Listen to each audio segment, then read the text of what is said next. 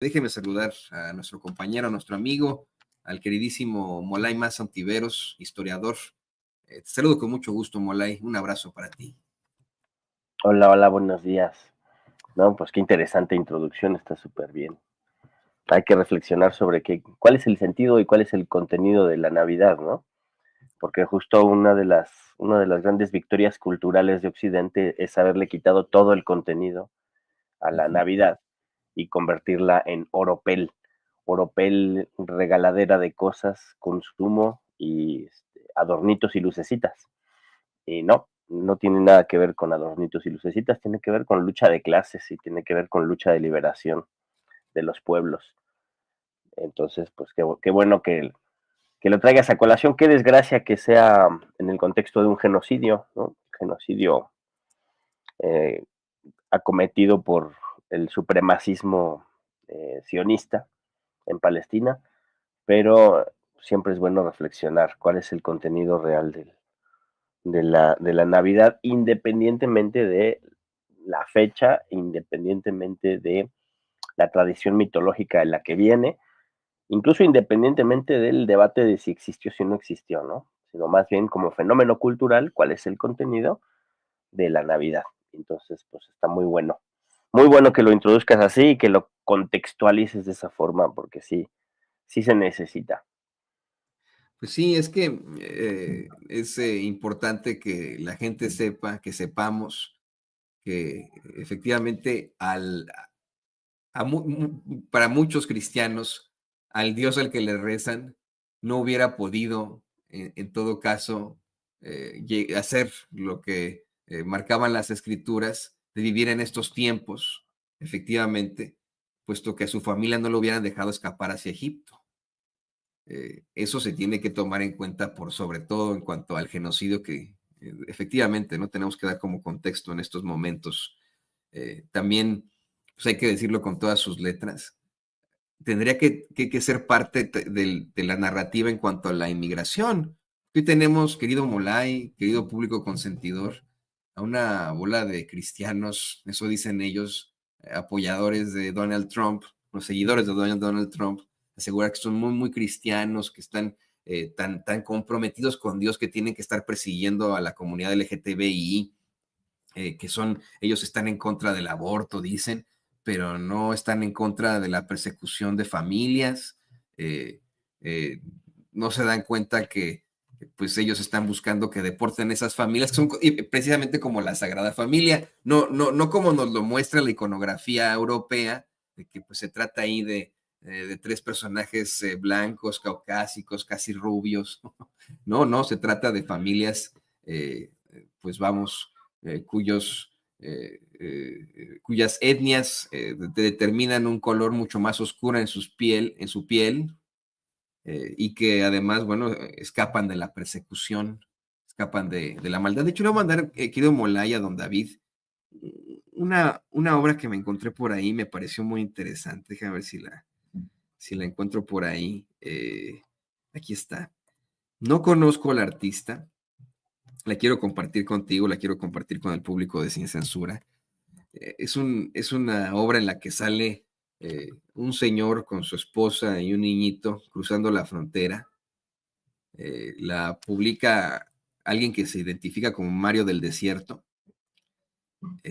Y bueno, pues está durísima la imagen, pero insisto, creo que debemos ser en todo este contexto en medio de la injusticia que ocurre hoy en el mundo, ¿no? Ahorita le voy a poner a David, ahorita que la saque, te aviso. Ahí está, es esta, mira, es esta mera, ¿no? Eh, Otra Sagrada Familia. Sagradas Familias en Gaza, Sagradas Familias aquí en la frontera entre México y Estados Unidos. Y esas son las Sagradas Familias a las que quieren detener, deportar y en el peor de los casos, Molay, exterminar como ocurre en Gaza, ¿no? Así las cosas.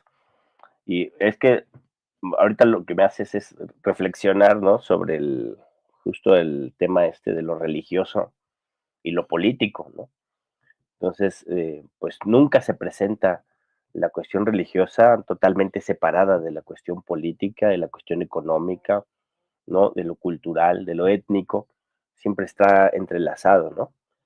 Y en este momento, justo, tú puedes escuchar discursos políticos, algunos delirantes de plano, pero que tienen un contenido religioso muy fuerte, ¿no? Por ejemplo, en los discursos de Javier Milei o los discursos del mismo Donald Trump, ¿no? Donde se apropian de algunos elementos del cristianismo, en el caso del cristianismo evangélico, ¿no? Que se lo han adueñado sectores de la ultraderecha y del conservadurismo más rancio, ¿no?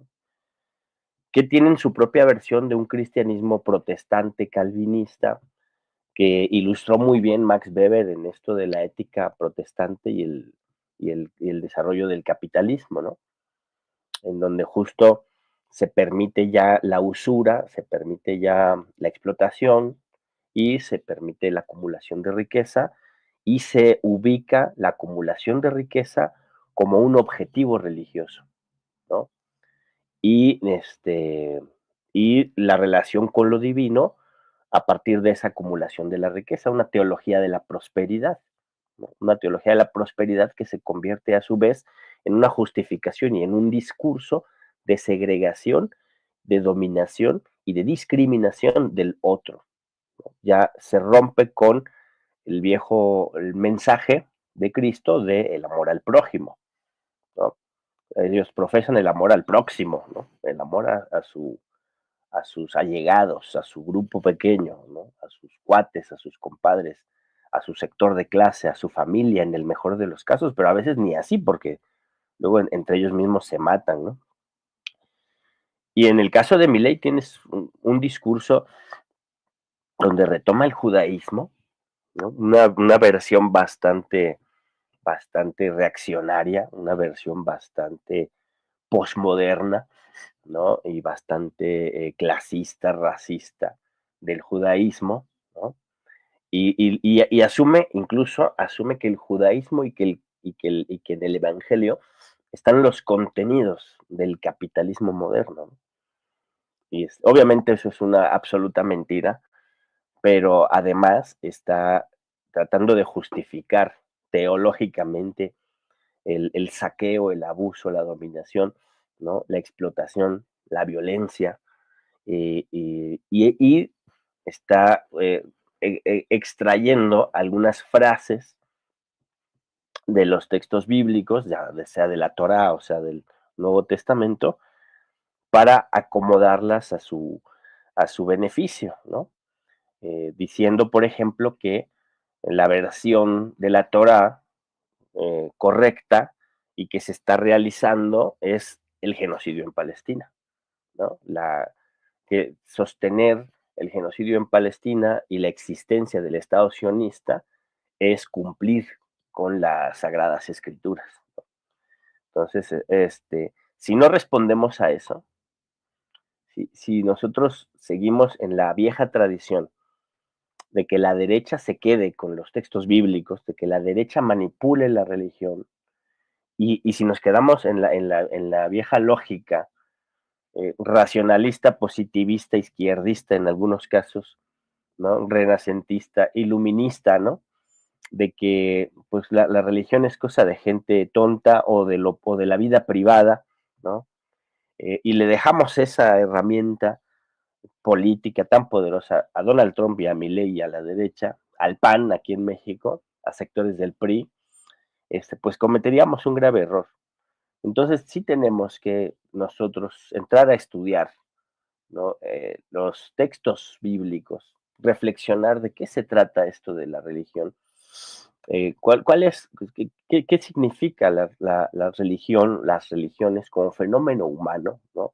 Como praxis humana, y cómo lo religioso, la expresión religiosa de lo humano, forma parte o puede formar parte de procesos de liberación, incluso de procesos de concientización, y no son un lastre para las transformaciones, sino al contrario, son parte de la experiencia humana que pueden potenciar enormemente los procesos de liberación humana, ¿no?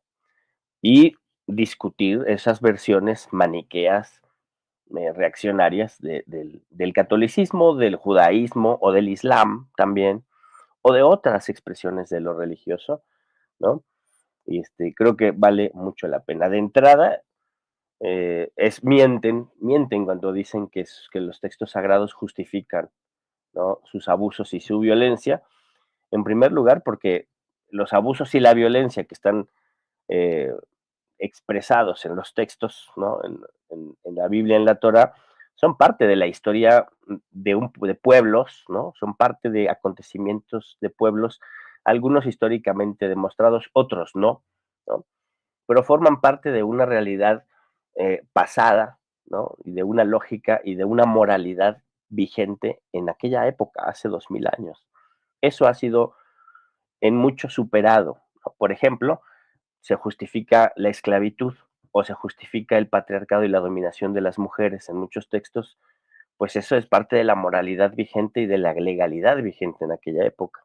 Hoy en día, a partir de los procesos de liberación humana, es intolerable la esclavitud, la explotación, el abuso en contra de las mujeres, ¿no? Eso, o sea, racionalmente nos hemos desarrollado de tal manera que no podemos tolerar que haya dominación esclavista de un ser humano contra otro, por mucho que la Biblia diga que está bien tener esclavos, ¿no? Eso hay que ubicarlo como una moralidad y una costumbre vigente hace 2000 años, ¿no? Por otro lado están los milagros, ¿no? Los milagros, estos grandes acontecimientos que pudiéramos ubicar como sobrenaturales, que habría que entenderlos como parte de una retórica, como parte de una forma de literatura.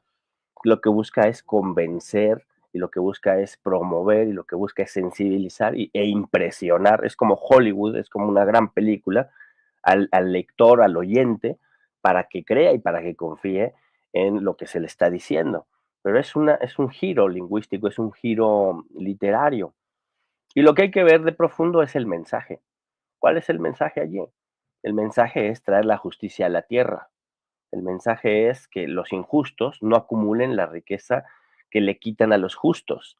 El mensaje es que se proteja al huérfano, se proteja a la viuda, se proteja al incluso hay una parte muy clara donde dice que hay que proteger al extranjero, al migrante, ¿no?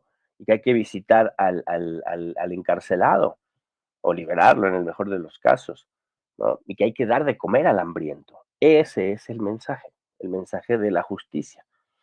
Cuando Cristo dice, mi reino no es de este mundo, no está diciendo, allá después de la muerte está la felicidad, aquí hay que sufrir. No, no está diciendo eso, está diciendo, las reglas que controlan este mundo no son justas y hay que cambiarlas. Este no es el mundo de los seres humanos, este no es el mundo que merecemos vivir, es el reino de la justicia, el mundo en el que merecemos vivir, no este.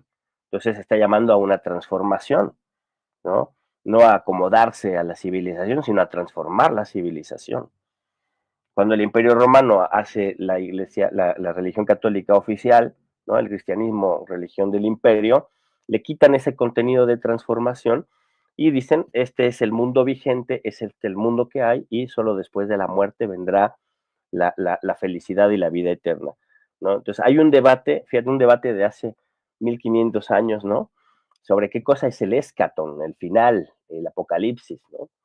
El cristianismo tradicional diría el apocalipsis, el escatón, el final, es la ruptura con la tradición, con la tradición de explotación y con la injusticia y la construcción de un mundo nuevo en la tierra. Y la versión escapista, la versión del imperio sería, es el fin del mundo apocalíptico, mitológico, en donde todo se acaba y pasamos a una realidad alternativa, ¿no? Mágica, cómica, musical, donde seremos felices por 1000 años, pero allá, en otro mundo, en otra realidad, en otra dimensión, después de la muerte, ¿no? Esto es un debate que hay que echarse, hay que discutir y decirle a Donald Trump que no, ninguna religión, ni menos el cristianismo, justifica el racismo, ni la xenofobia, ni las políticas de exclusión, ni la persecución, ni el capitalismo, sino que al contrario. O sea, si algo era Cristo, si algo no era Cristo, era un acumulador de riquezas, ¿no? Y en los pasajes del Evangelio uno puede encontrar muchas partes donde Cristo le enseña a sus alumnos a compartir, a vender sus riquezas y a distribuir la ganancia entre sus compañeros, ¿no? Y a que la vida en común es la vida de mayor felicidad, la vida de no acumular bienes y de distribuir los bienes por igual entre quienes trabajan es la vida, la mejor vida posible. Eso pues está aquí, no hay justificación ni del capitalismo ni del imperialismo. Entonces, pues eso, hay que entrarle a esa discusión, no hay que dejarle, decía Juan Carlos Monedero que se le ha dejado el diccionario a la derecha en palabras, conceptos como libertad o como democracia, ¿no? Que la derecha los usa para justificar un montón de abusos, un montón de genocidios en este caso, ¿no? Pero tampoco hay que dejarles, si no hay que dejarles el diccionario, tampoco hay que dejarles la Biblia, ¿no? Y en una de esas tampoco el Corán hay que dejárselos, lo que pasa es que ellos son una civilización, se sienten la civilización occidental y se confrontan con el Oriente y con los musulmanes y por eso repudian el Corán. Pero también hay sectores de la derecha que agarran el Corán para justificar sus abusos. Por ejemplo, estos grupos, ¿no? Que fueron el ISIS, ¿no? Daesh, los de al frente al-Nusra y la gente esta de Al-Qaeda, que ahora los están purificando, ¿no? Ahora que han quitado del gobierno a Bashar al-Assad, ¿no? Y que pueden convertirse en un gobierno tite del imperialismo gringo, ya no son terroristas, ¿no? Y ellos, esos terroristas, yihadistas, utilizaban la letra del Corán para justificar sus abusos, ¿no? Una lectura del Corán reaccionaria que utilizaban como propaganda para justificar sus asesinatos y sus crímenes en contra de musulmanes, en contra de cristianos, pero sobre todo de musulmanes. La mayoría de sus víctimas eran musulmanes, ni judíos ni cristianos, musulmanes, ¿no? Y ahora que han servido como ariete para derrocar a Bashar al-Assad, son justificados como freedom fighters, ¿no? Ya no son terroristas, ya no están en la lista de los más buscados, ahora son amigos del imperio, ¿no? Y van a gobernar de una forma obviamente muy dura y bastante reaccionaria, utilizando el Corán como justificación, así como el talibán, ¿no? Cuando tienes escuelas de musulmanas que tienen una lectura humanista del Corán y que lo que hacen es luchar en contra de la injusticia y por la igualdad de los seres humanos, a la letra del Corán también, ¿no? Claro, la discusión teológica es muy distinta y la discusión política es muy distinta, ¿no? Porque ellos sí llevan a la realidad actual la moralidad vigente descrita en el libro, ¿no? Entonces el machismo es muy fuerte, ¿no? El control de la vida moral es muy fuerte, pero es algo que se debe ventilar y que se debe aprender y discutir, ¿no? Entonces, pues hay que entrarle al debate y hay que nosotros, sin necesariamente ser religiosos, sin necesariamente ser creyentes, desde un punto de vista humanista y científico, entrarle al estudio del fenómeno religioso, al estudio de las estructuras eclesiásticas, al estudio de los textos llamados sagrados, para debatir y argumentar y quitarle de las garras a la derecha y a la ultraderecha, a esos evangélicos de ultraderecha y a esos sionistas enloquecidos supremacistas, quitarles esas justificaciones religiosas de sus abusos.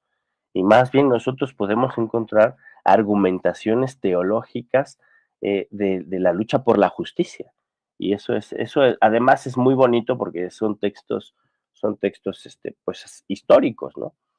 Yo siempre leo la Biblia desde una clave filosófica. A mí se me hace que es un texto de filosofía que busca resolver desde la espiritualidad humana problemas que aquejan a la humanidad hasta la actualidad. No, y es que, a ver, las tres principales religiones del mundo, el judaísmo, el cristianismo y el islam, son religiones de paz, son religiones basadas en la paz absoluta. Me quedo muchísimo con esto que nos dices, Molay, de cómo es que efectivamente, no por, no sé, ¿no? Hablar de esta falsa premisa de que la religión es ignorancia, vamos a darle a la derecha, vamos a cometer el grave error darle a la derecha esa herramienta tan poderosa que son los textos sagrados, ¿no? Es un grave, grave error, tienes toda la razón. Me pongo a pensar algo que platicaba con el público consentidor hace tiempo sobre cómo es que efectivamente el Estado político de Israel basa sus vejaciones, incluso, ¿no? En estos textos sagrados, en el Tanaj, ¿no? El mismo Tanaj, que pues sí, igualmente ahí están los libros del profeta Jeremías, en los que precisamente Dios habría de alguna otra forma castigado al pueblo de Judá debido a una serie de transgresiones que iban desde la adoración de otros dioses, el sacrificio de niños, el tener varios falsos profetas, el quebrantar el pacto, ¿no? El abandonar a Dios, la confianza en rituales superficiales para hablar precisamente, ¿no? De tener al dinero más allá que a Dios como algo importante, de la injusticia social, ¿no? Esas son las anotaciones que yo hice después de haber revisado por ahí el libro del profeta Jeremías. Se plantea en Jeremías cómo es que el pueblo de Judá había explotado a viudas, huérfanos y extranjeros, ignorando el mandato de Dios de cuidar a los más necesitados. Cómo es que los líderes, comerciantes e incluso figuras religiosas eran culpables de corrupción, fraude y robo, lo que creaba una sociedad profundamente desigual e injusta. La violencia estaba extendida desde asesinatos hasta actos de crueldad, contribuyendo al desmoronamiento de la moralidad pública. Y esto, insisto, ¿no? Viene con, así comienza parte del libro, ¿no? Algo que Dios dice, yo nunca ordené ni imaginé el sacrificio de niños. Esto, vamos, este castigo al pueblo de Judá deriva en su expulsión de Babilonia, pero fíjate, ¿no? Uno de los actos más graves es el sacrificio de niños a Moloch en el valle de Hinnom, lo que dice a Tofet, ¿no? Y esto, insisto, ¿no? En la Biblia, en el Tanaj, ¿no? Y en la Biblia cristiana y también en el Corán, pues lo plantea Dios así. Dice, nunca ordené, le dice a Jeremías, ni imaginé algo así como el sacrificio de niños. Algo que, mira, me parece va de la mano con lo que desafortunadamente ocurre en estos momentos. Este es un sacrificio de niños. Lo que ocurre en la franja de Gaza es el sacrificio de los más inocentes. Según Naciones Unidas, la mayoría de las víctimas son niños. Bueno, qué bueno que lo plantea. Si ellos quieren utilizar estos textos sagrados para confundir, para justificar sus vejaciones, tenemos que utilizar esos textos sagrados también para decir, no, esta no es una religión de guerra. El judaísmo no es una religión de guerra, es una religión de paz. Una religión que mira hacia lo positivo. Me salió un poco del tema, pero bueno, quería platicar contigo que tú sabes de esto. Sé que hoy nos quieras también hablar de esta postura irracional de Trump y la derecha mexicana en cuanto a las últimas amenazas que ha hecho, pero no sé si quieras hablar algo sobre esto. Sí, tiene todo el sentido, porque justo, o sea, Trump, la base social que apoya a Trump es una base social evangélica, ¿no? Básicamente, fundamentalmente evangélica, que tiene una lectura de la Biblia, una lectura reaccionaria de la Biblia, ¿no? Y entonces, y justifica, por ejemplo, su odio racista y su posición anti-inmigrante a partir de esta interpretación blanca, ¿no? Blanca, patriarcal, heterosexual, y a partir de la prosperidad, ¿no? De la riqueza, de la acumulación, yo le diría, una teología de la prosperidad, ¿no? Que se contrapone a una teología de la liberación, ¿no? Y ahora está en una actitud irracional justamente con esto de que dice que por sus calzones él va a declarar, ¿no?, terroristas a los grupos del narcotráfico internacional, ¿no? Y además, ya yéndose más lejos, dice que va a volver a administrar el canal de Panamá. Ya llegó nuestra presidenta y ella tendrá mejores respuestas.